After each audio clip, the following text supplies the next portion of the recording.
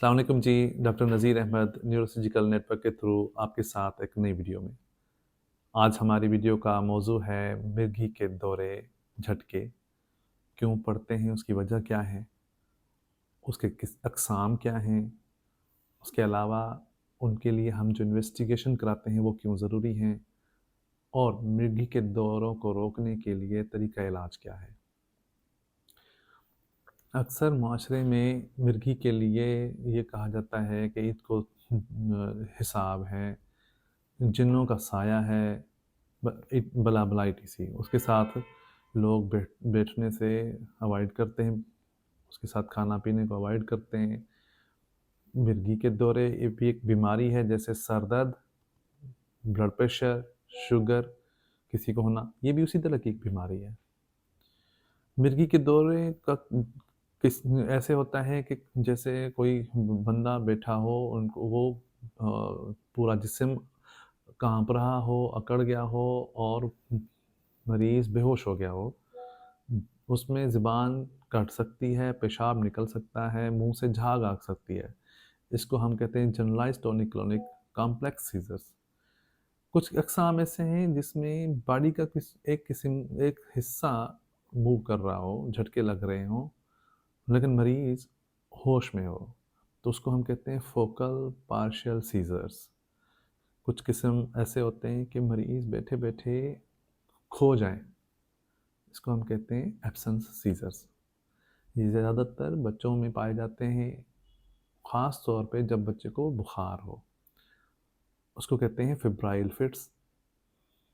तो इनकी वजूहात में ज़्यादातर, जैसे मैंने अभी बताया कि बच्चों में बुखार के साथ फिट्स हों, 102, 103 या इससे ऊपर बुखार हो।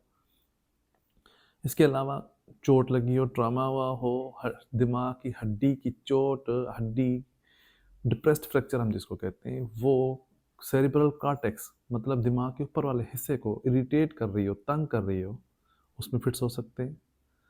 उसके अलावा मरीज़ को हम ब्रेन ट्यूमर हो सकता है, या उसके अलावा कोई दिमाग की नाली फटी हो, हेमरेज हुआ हो, खून निकला हो दिमाग में, उसमें हो सकता है।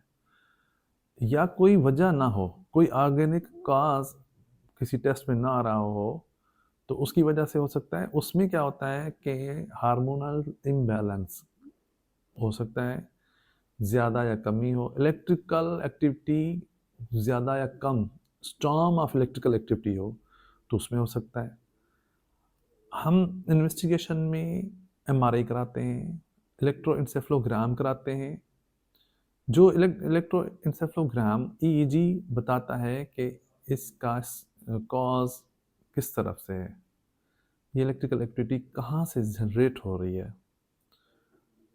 एमआरआई करवाते हैं, देखते हैं कि कोई ब्रेन ट्यूमर या कोई ऑर्गेनिक काज़ तो नहीं है। तो अगर तो ऑर्गेनिक काज़ हो, ट्यूमर हो, तो हम उसका ऑपरेट करते हैं। अगर एमआरआई नॉर्मल हो, तो सूरत में हम मेडिकली ट्रीट करते हैं, जिसमें हम मिर्गी की गोली दवाई देते हैं। शुरुआत एक गोली से करते हैं, अगर उससे ना रुके तो हम गोली बढ़ा देते हैं। उससे भी ना रुके तो साथ एड ऑन थेरेपी शुरू करते हैं, साथ और गोली और टैबलेट ऐड कर देते हैं। तो ये ट्रीटेबल बीमारी है, इसका इलाज है।